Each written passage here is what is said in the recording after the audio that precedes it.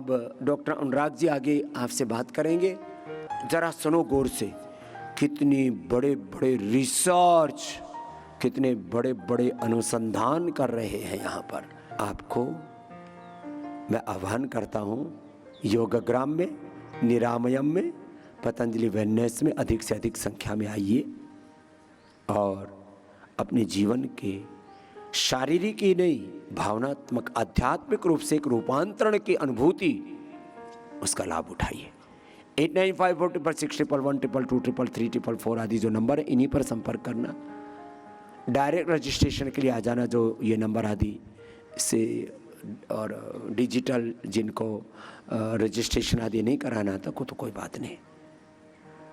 और आने से पहले पतंजलि चिकित्सालय, मेगा स्टोर, आरोग्य केंद्र पूरे देश भर में जो 10,000 हमारे सेंटर सब, वहाँ भी लाभ उठाना।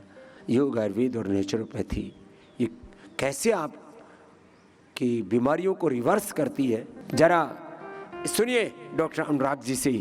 कैसे बड़ी से बड़ी बीमारी को भी, पहले हमने लिवर किडनी फेल किया एनिमल्स का, और उसको फेल करके वापस ठीक कर दिया। इससे बड़ा और क्या प्रमाण चाहिए?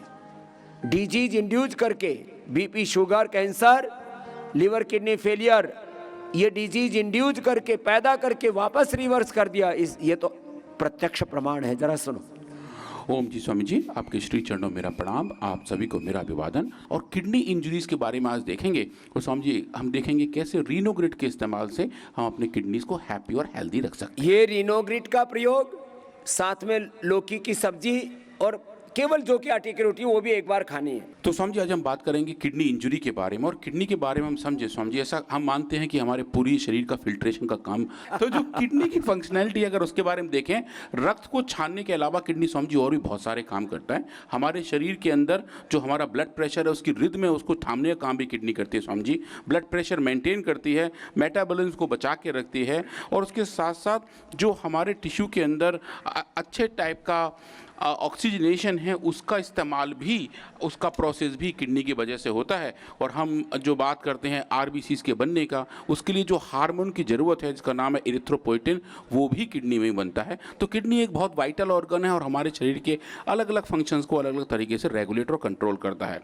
तो आज हम देखेंगे कि जो नेफ्रोटॉक्सिटी है वो कैसे हो जाती है, दवाइयों के साइड इफ़ेक्ट्स का हमें किस तरीके के अलग अलग चेंजेस देखने को मिलते हैं। तो हम इसके बारे में बात करते रहेंगे और समझेंगे कि कैसे इसको हम अच्छा कर सकते हैं, बीमारियों को होने से बचा सकते हैं और उन सिचुएशन पे कंट्रोल कर सकते हैं जो जनरली अनकंट्रोलेबल मानी जाती हैं।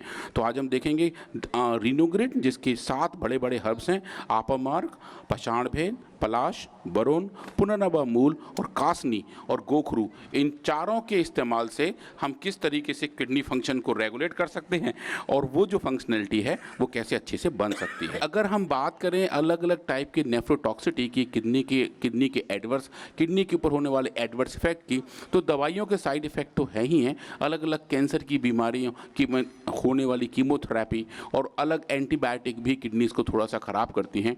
अगर आप देखें कुछ न कुछ न्यूट्रास्यूटिकल्स भी, अगर वो ज़्यादा मात्रा में कुछ अलग तरीके से बने हुए कुछ सिंथेटिक ले लिए जाएं तो वो भी किडनी पे एडवर्स इफेक्ट डालते हैं। उनमें से बहुत स्पेसिफिक एक अलग टाइप का विटामिन है जिसका नाम है विटामिन B9, जिसको फोलिक एसिड भी कहते हैं। पर अगर उसकी ज़्यादा मात्रा कहीं हो तो वो जाके किडनी में ही जमा होती है। तो पूरे शरीर में फोलिक एसिड रहता है, पर अगर ज़रूरत से ज़्यादा हो जाए तो वो जाके किडनी में जमा हो जाता है, किडनी के ट्यूब्यूल में जाकर जमा हो जाता है। और क्योंकि वहाँ पे फोलेट रिसेप्टर ज़्यादा मात्रा में होते हैं और किडनी फिर उसकी वजह से कंप्रोमाइज़ होनी शुरू हो जाती है। तो हमने क्या किया, हमने एक बहुत बेसिक एक्सपेरिमेंट किया और एनिमल्स के अंदर, रैट्स के अंदर एक सिंगल डोज दी फोलिक एसिड की, बहुत ज़्यादा मात्रा वाली, और उनको फिर ट्रीट करना शुरू किया रीनोग्रिड से। और देखा कि अगर जो किडनी डैमेजेस हैं जो फोलिक एसिड की ज़्यादा मात्रा की वजह से हो रहे हैं, क्या हम उन्हें रीनोग्रिड के ट्रीटमेंट से बचा सकते हैं, होने से रोक सकते हैं, क्या उनको हम रिवर्स भी कर सकते हैं।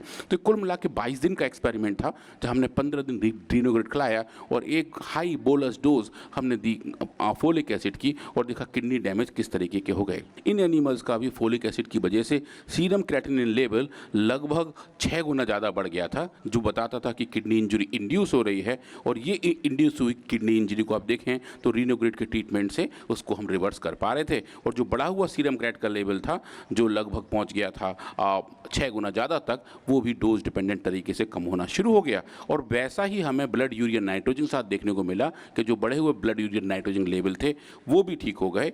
और यूरिन के अंदर जो क्रेटिनिन का क्लियरेंस है, जब हमारे रक्त में सीरम क्रेट बढ़ जाता है, जब क्रेटिनिन का लेवल रक्त में बढ़ जाता है, तो उसी अनुपात में हमारे यूरिन के अंदर उसका लेवल कम हो जाता है। तो हमने दोनों नापे, हमने ब्लड के अंदर भी नापा और यूरिन के अंदर भी नापा। ब्लड के अंदर बढ़ा हुआ सीरम क्रेटिनिन वो रीनोग्रेट के ट्रीटमेंट से कम हो गया, और यूरिन के अंदर घटा हुआ सीरम क्रेटिनिन वो उसके ट्रीटमेंट से वापस नॉर्मलाइज हो गया। और इससे फिर हम नाप सकते हैं कि उनका क्लियरेंस कैसा है, और इसको रिकैलकुलेट करके हम नाप सकते हैं EGFR, जिसको हम बताते हैं कि कैसे ग्लोमेरुलर फिल्ट्रेशन रेट हैं वो कितने हो रहे हैं, और वो भी अच्छे तरीके से रेगुलेट होने शुरू हो गए, और रीनोग्रेट ने उस फंक्शनैलिटी को अच्छे तरीके से बचाया। अगर ऐसा हो रहा है तो क्या उसका इम्पैक्ट किडनी के और पैरामीटर पे भी होता है? तो हमने इन एनिमल्स की किडनी आइसोलेट की, उनको देखा, और जब ये बीमारी इंड्यूस की गई थी, एक बहुत ही एक्सेसिव डैमेज इंड्यूस किया गया था, तो किडनी का वजन बढ़ जाता है, वो भारी हो जाती है। तो वो भी हमने नापा और देखा कि पूरे शरीर के वजन के अनुपात में किडनी का वजन कितना था, और पाया कि किडनी का वजन लगभग 1.5 गुना तक ज़्यादा बढ़ गया था, जो ये बता रहा था कि उनके अंदर हाइपरट्रॉफी सेट इन हो रही थी। और ये जो बढ़ा हुआ वजन है, आप देखेंगे रीनोग्रेट के ट्रीटमेंट से भी डोज डिपेंडेंट तरीके से नॉर्मलाइज होना शुरू हो गया। और अब जो अगर हम आए अब एक उस पैरामीटर पे जो बहुत क्रिटिकल माना जाता है, जो किडनी इंजरी मॉलिक्यूल के नाम से आता है, जिसको हम KIM-1 कहते हैं, जो कि ब्लड में बढ़ जाता है। तो हमने KIM-1 का लेवल भी नापा और देखा कि इन एनिमल्स के अंदर किडनी इंजरी इंडक्शन की वजह से KIM-1 का लेवल जो बढ़ गया था, वो भी रीनोग्रेट के ट्रीटमेंट से ठीक होना शुरू हो गया। और इसको जब हम और आगे देखें कि भाई अगर ऐसा है तो कहीं कुछ ऐसा तो नहीं कि जो रीनोग्रेट के चेंजेस हैं वो बहुत ब्रॉड स्पेक्ट्रम हैं, कहीं वो कुछ हमारे इलेक्ट्रोलाइट के लेवल को तो अफेक्ट नहीं कर रहे, कहीं वो हमारे लिवर फंक्शंस के लेवल को अफेक्ट तो नहीं कर रहे। हमने वो भी नापा ताकि हम सेफ्टी की बात कर सकें। और सर आप देखेंगे sodium level, potassium level, chloride level, जो रक्त के बेसल मेटाबोलाइट हैं, जो अलग तरीके से इलेक्ट्रोलाइट को बैलेंस करके रखते हैं, आप देखेंगे उनके किसी भी लेवल पर कैसा भी कोई भी इम्पैक्ट देखने को नहीं मिला। और जो ASTs के लेवल हैं, जो लिवर फंक्शंस के पैरामीटर हैं, वो भी बिल्कुल बेसल लेवल पर ही बने रहे, जो ये बताता है कि रीनोग्रिड के जो अपनी एक्टिविटीज़ हैं वो स्पेसिफिक थी और डायरेक्टेड थी सिर्फ किडनी के ऊपर, जिसका हमें अच्छा इम्पैक्ट देखने को मिल रहा था। और एज़ यूजुअल फिर हमने डिटेल में जाके इन एनिमल्स की किडनीज जो हमने आइसोलेट की थी, उनकी हिस्टोपैथोलॉजी करके देखा कि टिश्यू के लेवल पर कैसे चेंजेस आ रहे थे। और जो चेंजेस हम देख रहे थे एनिमल्स की किडनी में, फोलिक एसिड की ज़्यादा मात्रा की वजह से, जहाँ अलग अलग टाइप की हमें हाइपरट्रॉफीज देख रही थी, ट्यूबुलर चेंजेस दिख रहे थे, और किसी केस में तो इंट्राट्यूबुलर कास्ट भी देख रहे थे।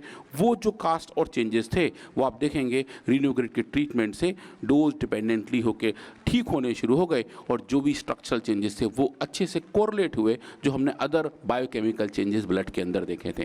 तो एक तरीके से हम ये देख पा रहे थे कि अगर एक ज़्यादा मात्रा में कोई भी न्यूट्रास्टिकल या कुछ ऐसी कंपोनेंट हमारे शरीर में जमा होने शुरू हो जाएं जो हेल्दी नहीं है, उसका जो एडवर्स इफेक्ट हमारी किडनी पे पड़ता है, क्या हम उसको रीनोग्रिड से ठीक कर पाते हैं। और आज जो हम देखा कि हमने जो देखा, जो हमारे जो डेटा हैं वही बताते हैं कि रीनोग्रिड एक अच्छी रीनो प्रोटेक्टिव मेडिसिन है और किडनीज को हेल्दी और हैप्पी रखने में हेल्प कर सकती है।